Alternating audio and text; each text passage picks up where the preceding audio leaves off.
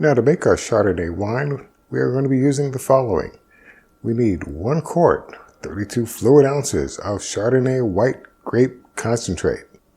We are going to be using a Red Star Premier Côte d'Esblanc wine yeast, and I've selected this particular wine yeast because A, I've got it, and B, it's got a very low ABV alcohol tolerance, and it's decent for white wines. We're going to be using a little bit of bread yeast. We need the bread yeast because, like with this channel, I like to use substitutes wherever possible, and since we will be using a yeast nutrient, we can actually make a yeast nutrient from bread yeast. We will be using the juice of 1/4 of a lemon, and the lemon is acting as our acid blend substitute to give a little bit of acidity or brightness to the wine. We'll need 1 black teabag, and the black tea is going to be acting as our tannin substitute, which is going to provide a little bit of astringency to our wine. Now to dilute our Chardonnay concentrate, we are going to need at least 3/4 of a gallon of water. I'll be using an 8-quart pot. You're going to need a 1-gallon jug, carboy, demijohn, take your pick. In this case, I'm using a 4-liter jug to do our primary fermentation in. A second one will be helpful when you do subsequent rackings throughout the rest of the fermentation period. You'll need an airlock with bung. It might also be helpful to have a hydrometer testing tube so we can determine what our starting gravity and our ending gravity so we can determine how much alcohol is actually in our final product. And of course, using your sanitizer of choice, whether it be Star San or One Step or some other, we want to make sure that all of our equipment has been properly cleaned and sanitized throughout the entire fermentation process. And that's what we're going to be using to make this Chardonnay. Now the recommended dilution is 1 quart of concentrate to 2.8 quarts of water. And that translates into about 11 1/3 cups of water that we're going to be adding. Let's go ahead and start this process by adding in some of our water.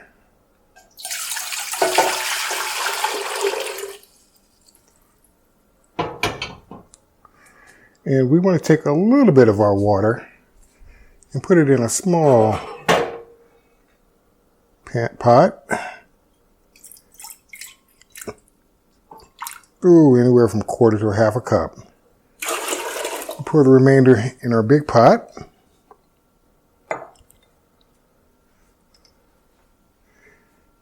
And then we can begin adding in our concentrate.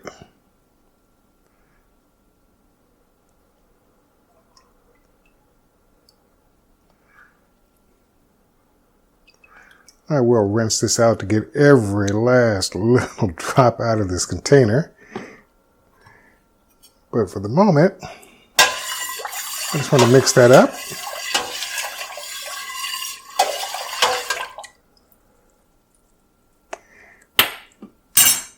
Put our lid on. And in our other pot, I'm going to go ahead and drop in our tea bag. And we want to take a 1/4 teaspoon of our bread yeast, which again is going to act as our yeast nutrient.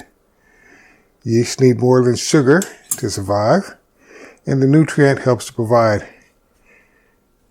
a little bit of extra kick for the yeast. We want to turn our stove on.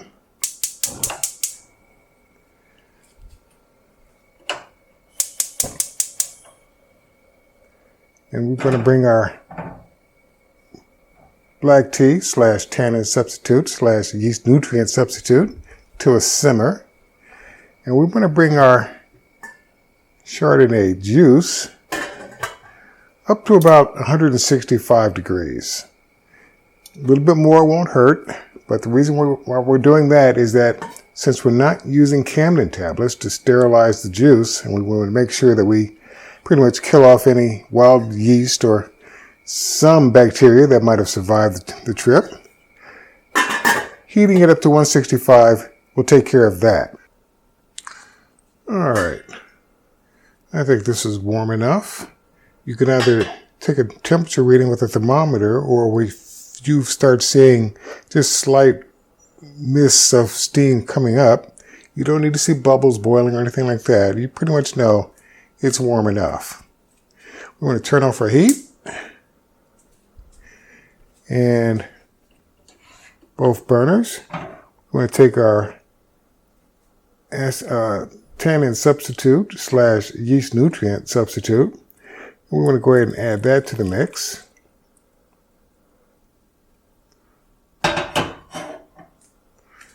We're going to go ahead and put our lid back on. And we're going to let this come down to room temperature. Well, now that our mixture has come down to room temperature, we can go ahead and take our lid off and go ahead and add in our acid blend substitute, which is our lemon juice. I find that 1/4 of a lemon usually just about does it these days.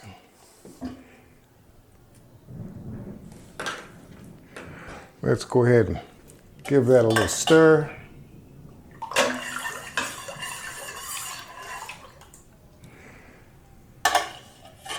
And now let's go ahead and take a hydrometer reading. All right, looks like our hydrometer reading is coming in at 1.094. Now, I've taken the opportunity to spare you the process of me pouring the juice from the pot into the carboy. And since I've got a little bit of headspace, make sure the cap's on tight, I want to go ahead and give this a good little shake for about a minute or so.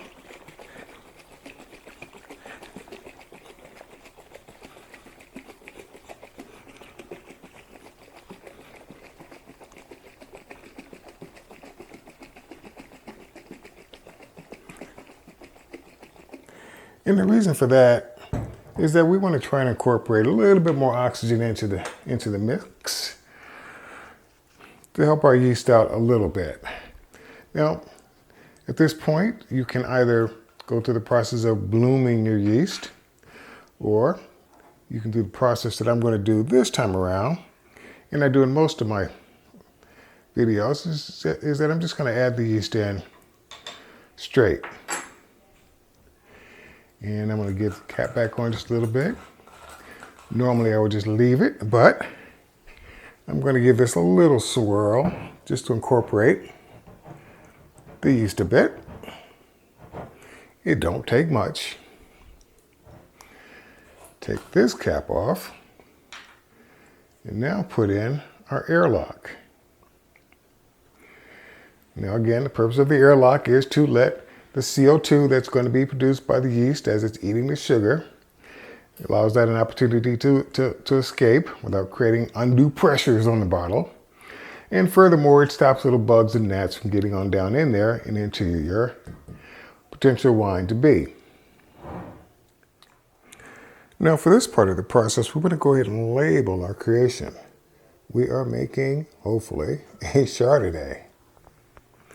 We started it on this date.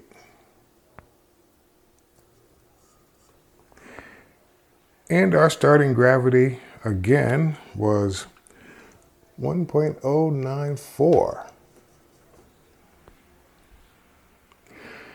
Now, of course, at this point, this is generally where the video tends to come to an end. However, it's become necessary for me to say the following. 1, yes, there is a long process that's going to follow this stage here. Generally, those steps I have outlined in my channel's playlist under winemaking operations, which describes the subsequent rackings and later on the degassing and bottling and pasteurization and basically everything that precedes or follows this, you will find there. The only reason why I don't put them in my videos is because if you've seen one rack, you've seen them all, basically. When sediment starts to build up on the bottom to about half an inch or so, then generally that's when I consider it necessary, somewhat necessary, to go ahead and rack it, which again is a process of transferring your wort or wine from this container into a second container, and then repeating the process as often as necessary. Now again, because we are not dealing with country style wines, which are pretty much good to go after several weeks or months, this one will take several years. There will be a 12-month tasting of this. And again, if I'm still around, There will be a 2-year tasting of it as well. But this again is the second of 3 varietal grape wines that I'm making. Just did the Chardonnay, I'm doing this one, and I've got one more coming up to round out that aspect of my channel. So again, if you like what you see here, please click on the subscribe and notify buttons, and I will continue to do these on a more regular basis. I will do them even more regularly if you become members, or better yet, become Patreons. So until then, I'll see you in the next video.